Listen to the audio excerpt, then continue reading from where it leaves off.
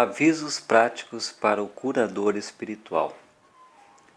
O primeiro requisito para quem exerce a terapia espiritual, seja para si mesmo, seja para outros, é uma consciência espiritual altamente desenvolvida, porquanto toda a cura é o resultado de uma consciência individual, tua ou minha.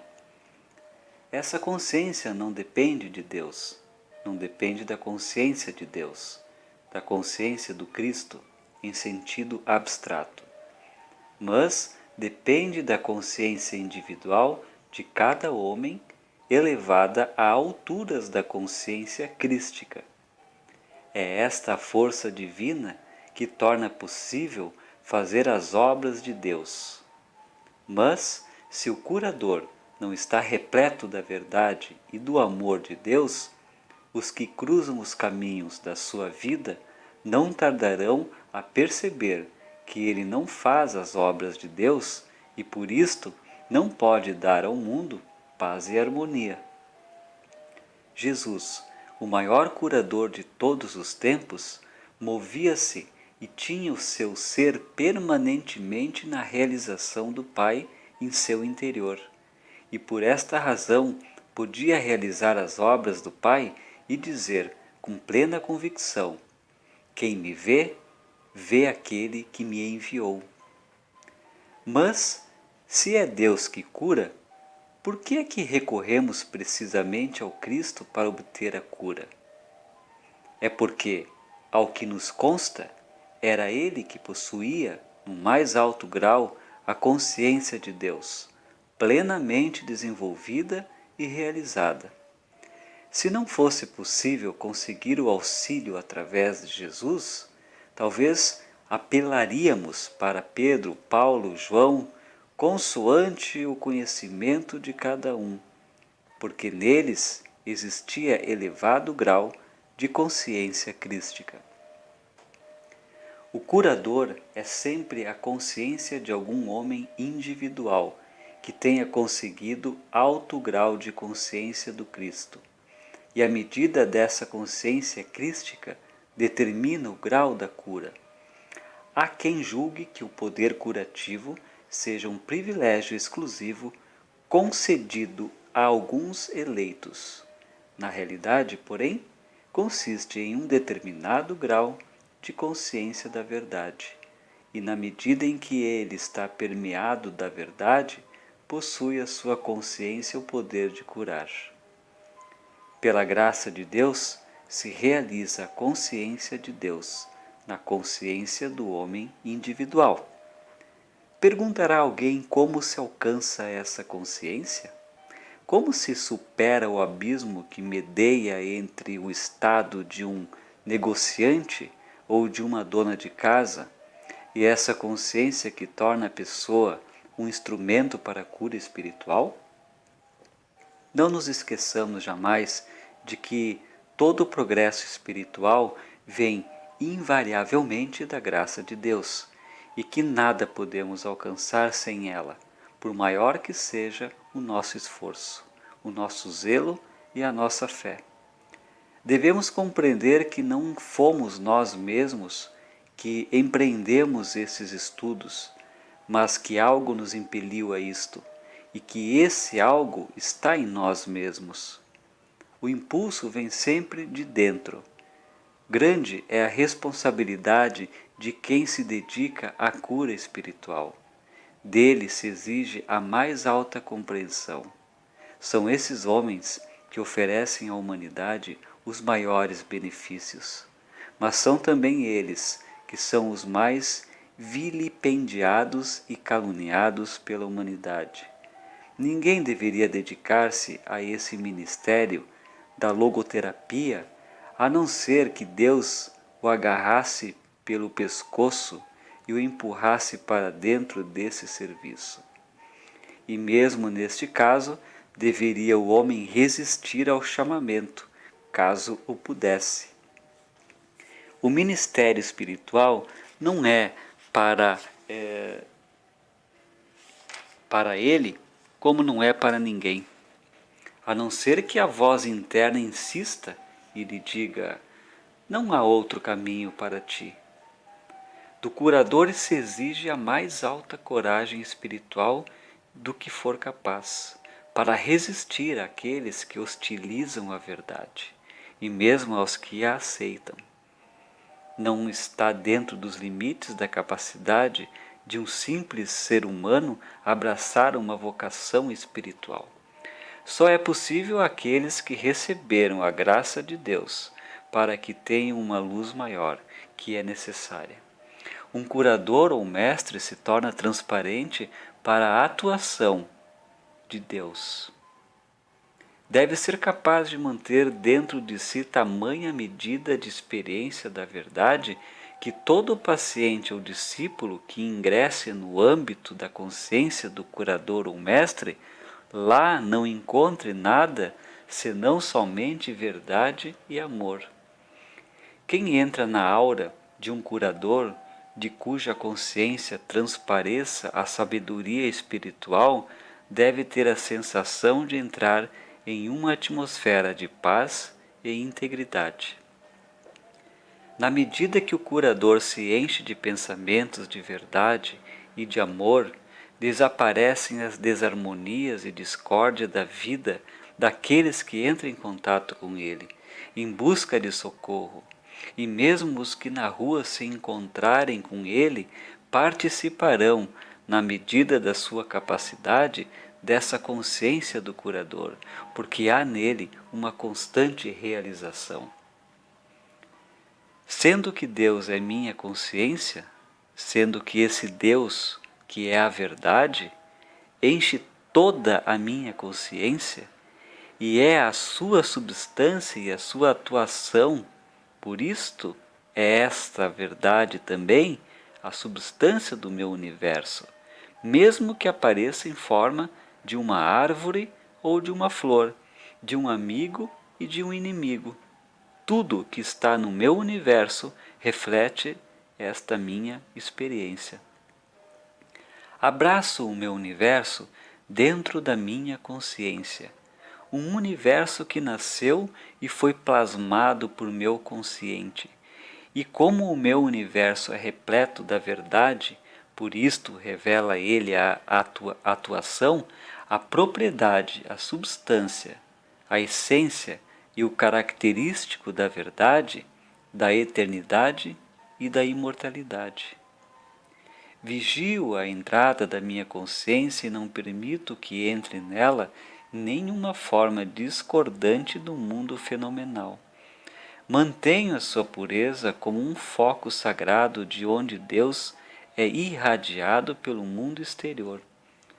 Todos os que ingressarem no meu santuário, no meu lar espiritual, encontrarão nele paz e alegria, que passarão a ser a substância do seu ser, do seu corpo e até do seu estado econômico.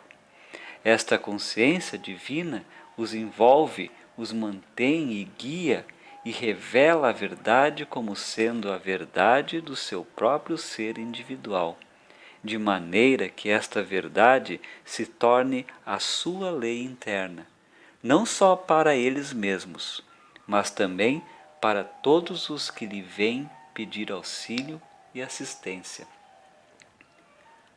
A consciência permeada de verdade, radicada e alicerçada na verdade, produzirá curas, seja minha ou tua consciência. Tudo que há neste mundo assume a propriedade da tua consciência e cada desarmonia ou discórdia deste mundo reflete exatamente até que grau tu permitiste as ideologias deste mundo entrarem pela porta da tua consciência. Compreendes agora como tu te tornas a lei para o teu mundo, na razão direta que a consciência crística se apoderar da tua vida? Toda vez que se te oferecer uma dissonância da vida, deves interpretá-la sempre de novo, até que essa interpretação forme em ti um hábito que não mais requeira um processo consciente. Sempre que alguém invoca o teu auxílio, deves estar pronto a lhe conceder o melhor tratamento possível, por 2 ou 3 anos. Mas, depois de realizares durante 1 ou 2 anos centenas, quiçá milhares de tratamentos, estará a verdade a tal ponto animada e incorporada em tua consciência e viverás em tão excelsa altura de conscientização que, quando alguém te solicitar auxílio, poderás responder simplesmente: eu estou contigo. E isto será tratamento suficiente. Mas tal coisa só te será possível depois de haveres realizado avultado número de tratamentos e estiveres firmemente consolidado na plenitude da verdade. Muitas vezes ouvimos a pergunta: que é que impede a cura? Por que é que a verdade não atua em qualquer tempo? Por que é que, por vezes, a cura é tão demorada? Há muitas respostas, nenhuma das quais é de todo satisfatória. Uma delas diz que, no momento dado, não havia o curador atingido suficiente intensidade de consciência espiritual. Certa vez, quando os discípulos de Jesus não haviam conseguido realizar uma cura, disse-lhes o Mestre: esta espécie não sai a não ser por meio de oração e de jejum, fazendo supor que certos males não são atingidos por um tratamento comum, requerendo-se algo mais alto, em que só Jesus era mestre. Nem em todos os casos consegue o curador espiritual resultado cabal. Pode isto ser devido ao fato de ele não se achar, nesse momento, na altura da consciência espiritual. É possível também que o paciente não esteja ainda acessível ao impacto do tratamento, pelo fato de se achar ainda enredado em conceitos materialistas da vida, ou estar ligado por outro estado de consciência que o prenda a seu mal.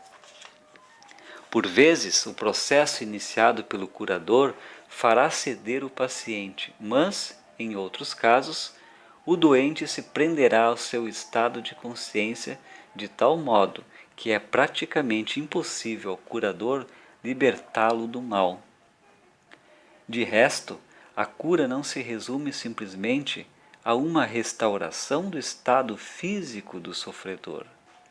Por vezes, é mais importante despertar nele o senso espiritual do que libertá-lo de um mal físico. Em um caso desses, o tratamento provavelmente não surtirá efeito até que o curador consiga nele esse despertamento. Depois disto, a cura será rápida. É da responsabilidade do curador continuar essas tentativas até que o doente desperte. Mas não é o curador que o desperta, é o Cristo que o desperta, servindo-se do conhecimento da verdade que atua na consciência do curador. Muitos tratamentos não têm efeito pela simples razão de não serem baseados no conhecimento nítido da verdade do ser. Há muitas afirmações sobre a verdade, porém, muitas são confusas e contraditórias. Um curador espiritual deve ter do conhecimento da verdade ideia tão exata como um músico ou um matemático tem da música ou da matemática. Um nada de inexatidão na matemática leva a um resultado falso. Um nada de inexatidão na música produz um som errado.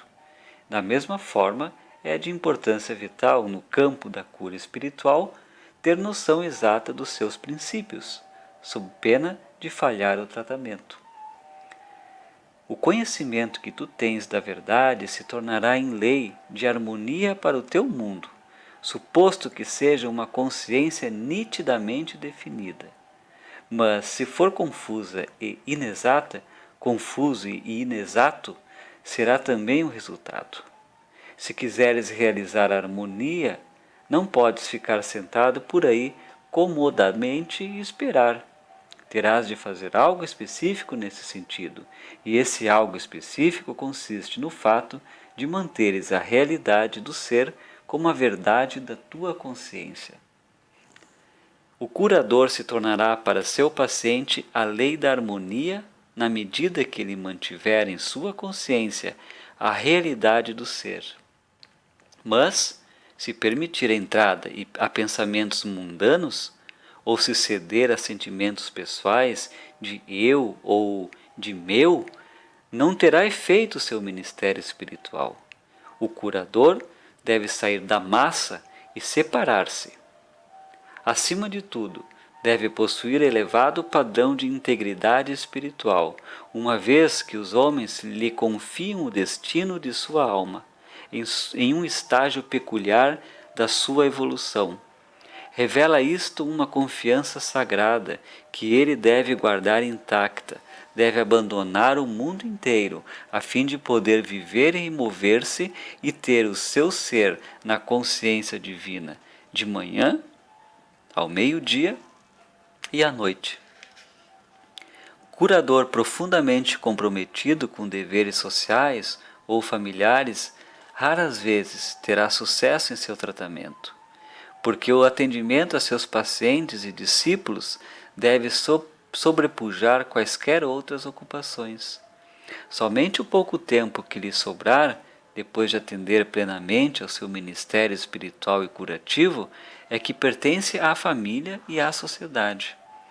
Da mesma forma, não há na vida de um curador espiritual vaga para divertimentos sociais, passatempos fúteis, muitas amizades, nem participação ativa na vida da comunidade ou política, o que não quer dizer, todavia, que um curador deva negligenciar os seus deveres necessários, como cidadão consciente das suas responsabilidades, servidor do seu povo e da humanidade.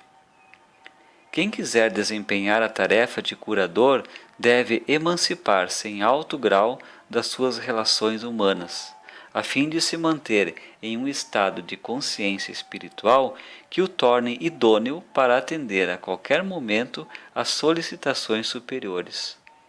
É uma vida da alma que, inevitavelmente, acarreta a morte para as coisas do mundo.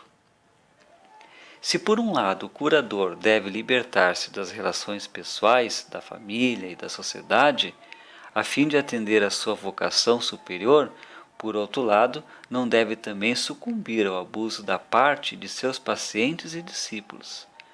Desde que me dedico ao ministério da logoterapia, me impus a obrigação de limitar as minhas conversas telefônicas a cerca de 3 minutos cada. A razão dessa limitação temporal é para manter a linha telefônica livre para outros chamados e para não onerar a minha consciência com coisas não essenciais. O curador deve estar disposto a atender a qualquer chamado, seja de dia, seja de noite. Não há horas de expediente para esse ministério espiritual. O expediente abrange 24 horas por dia e 7 dias por semana. Não quer isso dizer que o curador deve estar pronto para atender a qualquer hora do dia ou da noite. Há visitas pessoais, a não ser em casos excepcionais. Por que correr à casa do paciente se o problema não passa de uma ilusão? Se o curador se apressa a visitar o doente em sua casa, porque o chamado é urgente, atribui importância a um fato de mera aparência, e pode ser que o caso esteja perdido. Em casos raros, é permitido ao curador visitar o doente pessoalmente. Por via de regra, a sabedoria requer que o curador fique em casa e viva a sua vida em Deus. Viva constantemente na consciência espiritual e não permita ser perturbado pelos homens do mundo. Se o curador é conivente com as coisas do mundo, aceitando aparências à primeira vista, então é ele um guia cego, guiando outros cegos. Ambos cairão na cova. O curador deve manter distância entre si e o mundo. Não equivale isto a ignorar o erro, equivale a atribuir ao erro o lugar que lhe compete. Como mera ilusão, um nada. Não há nada que temer, nada que odiar, nada que amar. Nada. A cura espiritual só é realizável mediante uma verdadeira realização de Deus no homem. Nada tem que ver com o nome, a doença ou o estado de alguém. Só tem que ver com o conhecimento da verdade, de que aquele que aparece como paciente está na unidade essencial com Deus. Como curador, não tenho o direito de estar interessado no nome do doente, da doença ou do diagnóstico do mal, embora o curador digno de tal nome nunca deixe de mostrar bondade, amor e compaixão para com os que vêm ter com ele com seus problemas. Escuta benevolamente, mas não toma nota, ciente como é de que a infinita sapiência, que é a realidade do ser, sabe de tudo, e não há mistério de que alguém a instrua sobre o nome do paciente ou a doença. Essa infinita inteligência conhece as nossas necessidades antes mesmo que o curador ou o paciente as conheçam. Se alguém nos declara: estou com dor de cabeça, não há nada que, do ponto de vista humano, possamos fazer contra isto. Ou, se nos diz que está com dor no pé, nem contra isto podemos fazer nada. O mesmo vale quando chegamos a saber que alguém fraturou um osso, que está com câncer, tuberculose. Do ponto de vista humano, o que podemos fazer contra isto? Que adianta sabermos disto? Que adianta ouvirmos todos esses boatos? Que adianta estarmos expostos a todas essas tentações de crermos em um ego ou em uma lei separados de Deus? Tentações que, com demasiada facilidade, nos são impingidas por um paciente loquaz? O curador permanece muito mais facilmente na sua consciência divina quando não presta atenção à pessoa, à circunstância, à coisa, mas compreende imediatamente. Essa pessoa é vítima de uma crença generalizada da qual não sabe como libertar-se do momento. Se de algum modo esperas participar do ministério da terapia espiritual, aprende, antes de tudo, a não condenar aqueles que desejas ajudar. Cessa de condenar, cessa de criticar, cessa de julgar. Eleva-te acima da influência geral, que se compraz em condenações. Cada um tem as suas fraquezas e ninguém se orgulha delas. Ninguém gosta de ser para sempre afetado por elas. E, no entanto, é precisamente isto que fazes quando criticas, condenas ou julgas a ti mesmo ou aos outros. A tua tarefa de curador está em não manter ninguém nas algemas dos seus pecados de comissão ou de omissão. Mesmo que alguém os cometa 70 vezes 7 vezes, ainda tu o deves absolver deles 70 vezes 7 vezes. O curador deve ser homem de compreensão, de amor e compaixão, quer o paciente seja vítima de doença ou de culpa. Na medida que alguém é capaz de conviver com outros, sem os condenar, sempre na atitude nem eu te condenarei, ele se liberta a si e os outros do fardo dos seus erros, e isto os torna livres a ti e a eles, para o recebimento da graça de Deus. Deste modo foge de ti e dos outros a maldição da mortalidade, e o homem se revela como verdadeira imagem e semelhança de Deus. Esta semelhança é seu verdadeiro ser, dele e meu. É o ser de todo santo que jamais viveu, e também o de todo pecador. O Mestre veio para que os pecadores fossem remidos, e não tanto para que os bons ficassem um pouco melhores. Nenhum pecador é rejeitado para sempre, sem redenção. Uma das grandes funções do Cristo está em redimir, em restaurar, em recuperar aquilo que estava perdido.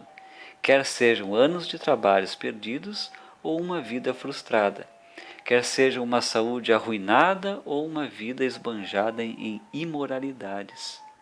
Cura física seria impossível se não houvesse regeneração espiritual. A restauração disto implica na restauração daquilo. Ambas são partes integrantes de um todo. Quando mantemos os homens na condenação das suas faltas, empurramo-los ainda mais para baixo, a um abismo do qual nunca mais terão oportunidade para se elevar à inteireza do espírito, da mente e do corpo. Olha para dentro da alma e do coração do teu paciente ou discípulo e vê a Deus presente nele. Enquanto não vires a Deus manifestado na pessoa que está diante de ti, terás vontade de pedir a Deus para que faça algo por alguém. E isto derrotará a tua intenção. Toda vez que pensas que teu paciente necessita de ajuda, está turvada a tua visão espiritual. Assim como turvada estava a visão daquele homem que estava sentado à mesa de um bar com seu amigo, bebendo, e o censurou dizendo: melhor seria que deixasse de beber, porque a tua face já está ficando turvada. É o que te acontece toda vez que o teu tratamento focaliza alguém lá fora. Não é a face do teu paciente que está ficando turva, nem é o seu corpo que está doente. A tua própria visão, o teu olho espiritual é que está turvo, porquanto és tu que enxergas o outro incorretamente. Alguns dos teus pacientes te darão muito trabalho antes de cederem. Não permitas que essa resistência te leve à ideia de que eles sejam um tanto profanos, um tanto materialistas, um tanto antipáticos. Não te deixes iludir por simples aparências. Provar-te-ás idôneo para a obra de Deus se encarares face a face qualquer fenômeno sem nenhum julgamento condenatório. Mesmo que isto te acontecesse durante anos a fio, fica firme na convicção. Tu és o Cristo de Deus. Tu és um ser puramente espiritual. O Cristo habita em ti. A tua mente é um instrumento de Deus. O teu corpo é um templo de Deus. Deus é a alma do teu ser. Não te esqueças de tomar em consideração as três partes essenciais do teu paciente: o seu espírito divino ou alma, a sua mente ou inteligência e o seu corpo. Compreende, antes de tudo, que Deus é a alma, o espírito, a vida de todo ser. Compreende que a mente de cada homem é o instrumento através do qual Deus funciona. Compreende, finalmente, que o corpo é o templo do Deus vivo. Assim, enxergarás o homem total, alma, mente e corpo, todos um, partes de um todo, e esse todo é Deus. O curador é um instrumento pelo qual a voz de Deus se revela a si mesma, e sua palavra é viva, aguda e poderosa. Não pense ninguém que sua palavra seja viva, aguda e poderosa, porque ninguém atingiu ainda essas alturas. O próprio Cristo confessou sem rebuços e com verdadeira humildade: de mim mesmo nada posso fazer. Nenhum curador deve estar tão cheio de si a ponto de querer usurpar as funções de Deus, julgando saber o que é bom para seu paciente e pretendendo dizer ou explicar-lhe como encher de harmonia sua vida. Não compete ao curador invadir o cenário da vida humana com seus juízos humanos e decidir como um problema possa ser solucionado. Não é a sapiência do curador que cura o paciente, mas sim o poder de Deus. Por isto, a função do curador espiritual é orar. Deve tornar-se receptivo e sensível ao impulso divino. Deve tornar-se transparente. E depois vem aquele a quem compete curar, aquele que é vivo, agudo e poderoso, e mudará o corpo do doente em um instante. Se as doutrinas metafísicas do século passado provaram algo, então é isto, que todo homem que se esforça seriamente por tornar-se um curador pode curar. nem sempre com facilidade. Em alguns a consciência desperta depressa, em outros vagarosamente, mas está ao alcance de todos que trabalharem resolutamente nesse sentido. Isto nada tem que ver com algum Deus misterioso lá fora, não tem nada que ver com algum poder misterioso externo, tem que ver unicamente com o grau de consciência desenvolvido dentro do homem individual.